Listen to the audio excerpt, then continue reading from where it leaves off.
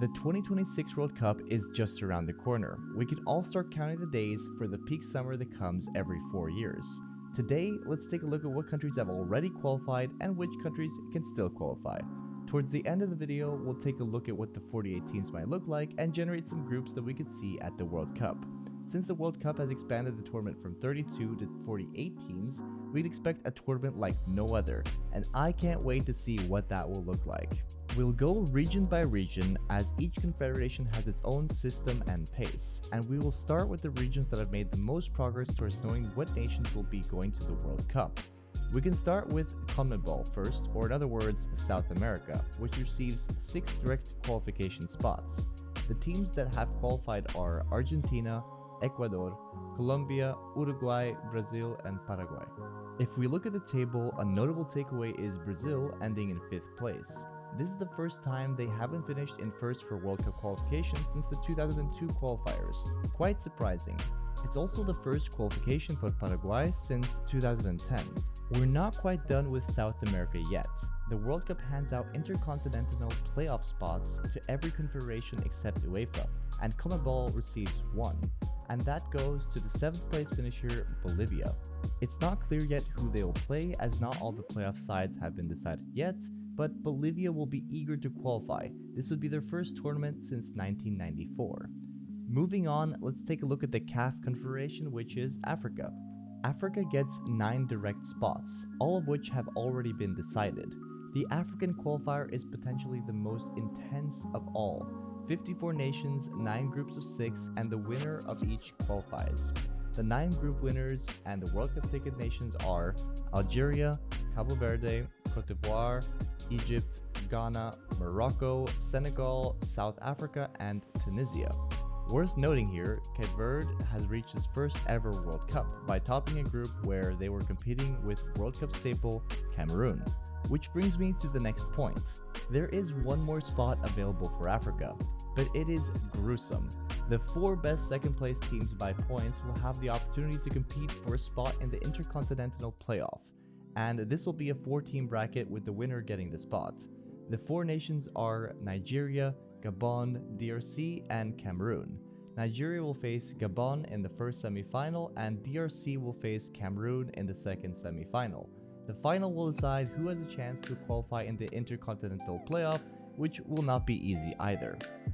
Moving on, let's talk about AFC, a region with quite a complicated system for who qualifies, consisting of 5 rounds. I won't go into all the detail, but you can pause and see how it works. There are 8 direct spots out of the 46 teams in the AFC, and they have also been decided already.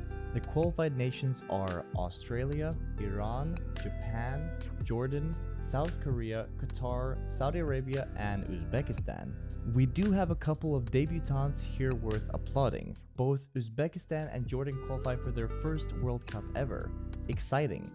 Now, of course, we're not quite finished yet. That intercontinental playoff spot still remains. UAE and Iraq will play 2 legs in November to decide who will be in that intercontinental, say that 3 times fast, playoff spot. Next, the smallest region, the OFC. They only get 1 direct spot from the 11 teams competing. After the second round, the top 2 teams from each group get placed into a bracket, where the winner of the 4 teams qualify directly for the World Cup, and the runner-up gets the Intercontinental Playoff spot. New Zealand won decisively, and New Caledonia gets a chance to qualify for their first time ever. Before we get into the heated UEFA qualifier where only 1 of the 16 direct spots are decided, let's talk about CONCACAF, or North and Central America. We can start with the fact that this region is in a bit of an odd spot this year, as 3 hosts are not competing in the qualifiers this year as they qualified directly, that being Mexico, Canada, and USA. What remains for the region thereafter is 3 more direct spots, none of which have been secured. The 3 group winners will advance, and currently almost everything is still possible, with the current leaders being Suriname, Jamaica, and Honduras.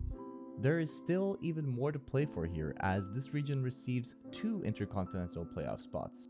The 2 best second place teams will receive them, that currently being Curacao and Costa Rica. 2 games left to play for all nations, and everything still left to play for. And finally, UEFA, or otherwise known as Europe. There are 54 nations competing for 16 direct spots. There are 12 groups of either 4 or 5 nations, and the winner of each group will get a direct ticket to the World Cup. There is only one nation that has secured their qualification thus far, that being England. The remaining 11 groups remain open and still have 2 or more teams that can end up taking the top spot, with the group favorites in most of the groups sitting with good control at the top of the group, with the exception of Italy, who will likely come second to Norway, and less problematically Germany, who is in a dead race with Slovakia at the moment. Now, listen carefully. UEFA still has 4 more spots in addition to the 12 group winners.